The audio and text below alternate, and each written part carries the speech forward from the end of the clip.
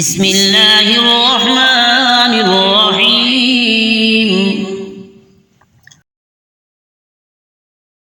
يسألونك عن الأنفال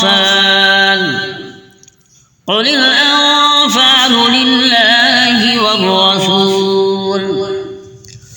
فاتقوا الله فأصلحوا ذات بينكم وأطيعوا الله ورسوله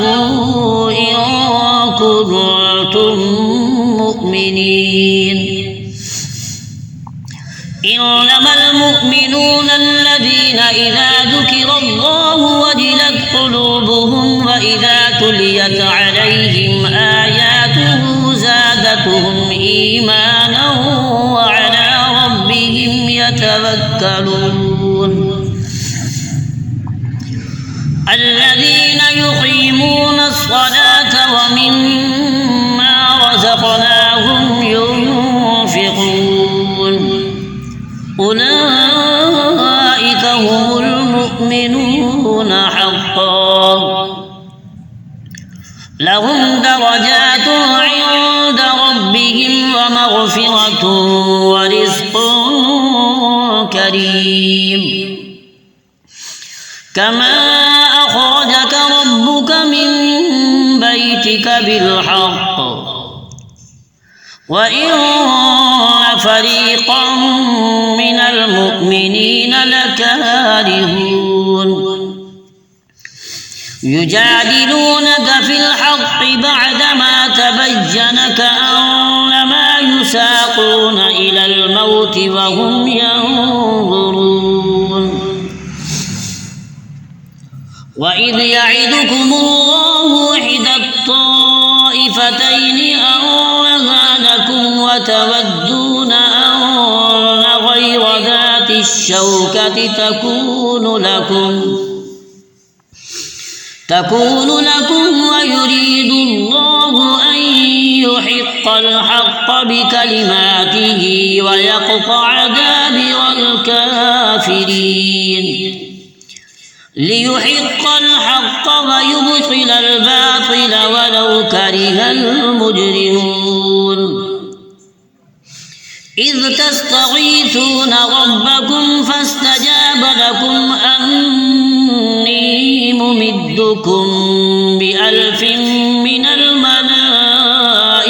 مردفين وما جعله الله إلا بشرى ولتطمئن به قلوبكم وما النصر إلا من عند الله إن الله عزيز حكيم إذ يغشيكم النعاس أمنة منه وينزل عليكم من السماء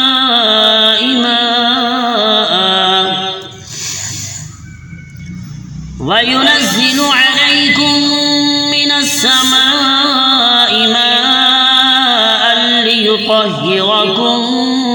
به ويذهب عنكم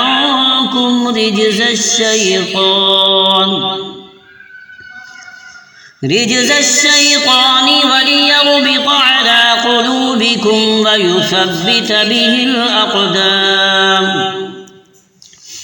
إذ يوحي ربك إلى الملائكة أني معكم فثبتوا الذين آمنوا سألقي في قلوب الذين كفروا الرعب فاضربوا فوق الأعناق واضربوا منهم كل بنان ذلك بأنهم شاقوا الله ورسوله ومن يشاقق الله ورسوله فإن الله شديد العقاب ذلكم فذوقوه وأن للكافرين عذاب النار يا أيها الذين كفروا زحفا فلا تولوهم الأدبار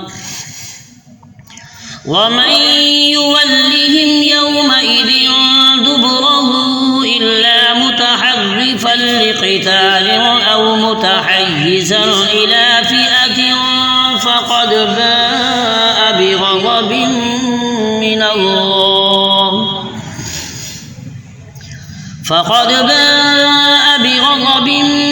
الله ومأواه جهنم وبئس المصير فلم تقتلوهم ولكن الله قتلهم وما رميت إذ رميت ولكن الله رمى وليبلي المؤمنين منه بلاء حسنا إن الله سميع عليم ذلكم وأن الله موهن كيد الكافرين إن تستفتحوا فقد جاءكم الفتح وإن تنتهوا فهو خير لكم وإن تعودوا نعد ولن تغني عنكم فئتكم شيئا ولو كثرت وأن الله مع المؤمنين يا أيها الذين آمنوا أطيعوا الله ورسوله ولا تولوا عنه وأنتم تسمعون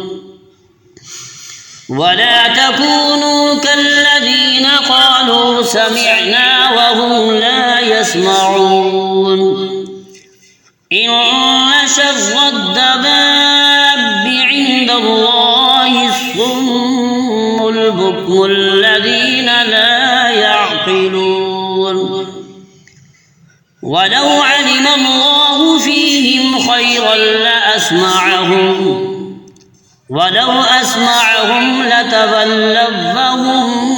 معرضون يا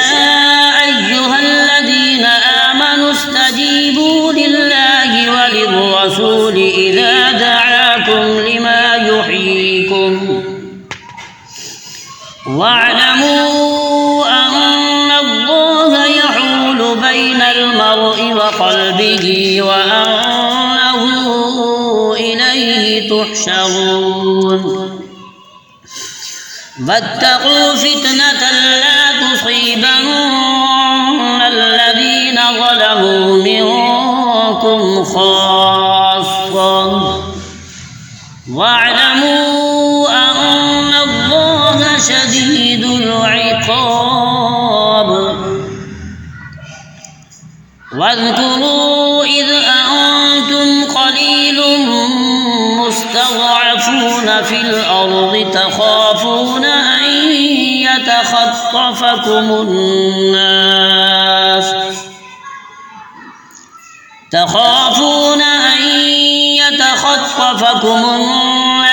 فآواكم وأيدكم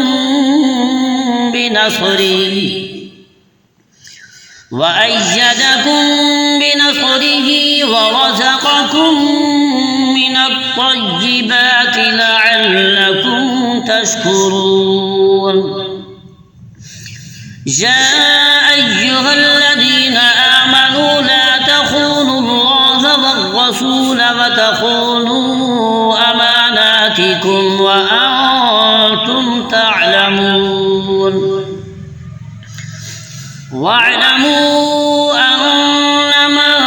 أموالكم وأولادكم فتنة وأن الله عنده أجر عظيم يا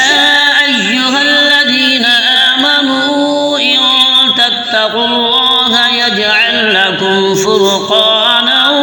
ويكفر عنكم سيئاتكم لكم والله ذو الفضل العظيم وإذ يمكر بك الذين كفروا ليثبتوك أو يقتلوك أو يخرجوك ويمكرون ويمكر الله والله خير الماكرين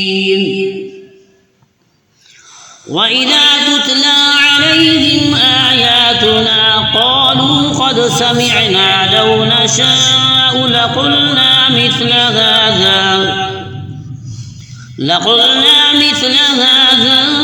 إن هذا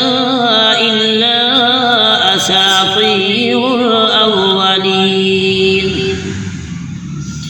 وإذ قالوا اللهم إن كان هذا هو الحق من عندك فأمطر علينا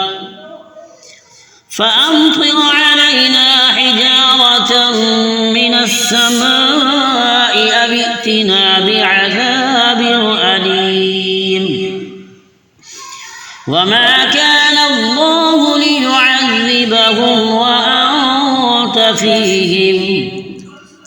وما كان الله معذبهم وهم يستغفرون وما لهم ألا يعذبهم الله وهم يصدون عن المسجد الحرام وما كانوا أولياءه إن أولياؤه إلا المتقون ولكن أكثرهم لا يعلمون وما كان صلاتهم عند البيت إلا مكاء وتصديا فذوقوا العذاب بما كنتم تكفرون إن الذين كفروا ينفقون أموالهم ليصدوا عن سبيل الله فسينفقونها ثم تكون عليهم حسرة ثم يغلبون والذين كفروا إلى جهنم يحشرون ليميز الله الخبيث من الطيب فيجعل الخبيث بعضه على بعض فيركمه جميعا فيجعله في جهنم أولئك هم الخاسرون قل للذين كفروا إن ينتهوا يغفر لهم ما قد سلف وإن يعودوا فقد مضت سنة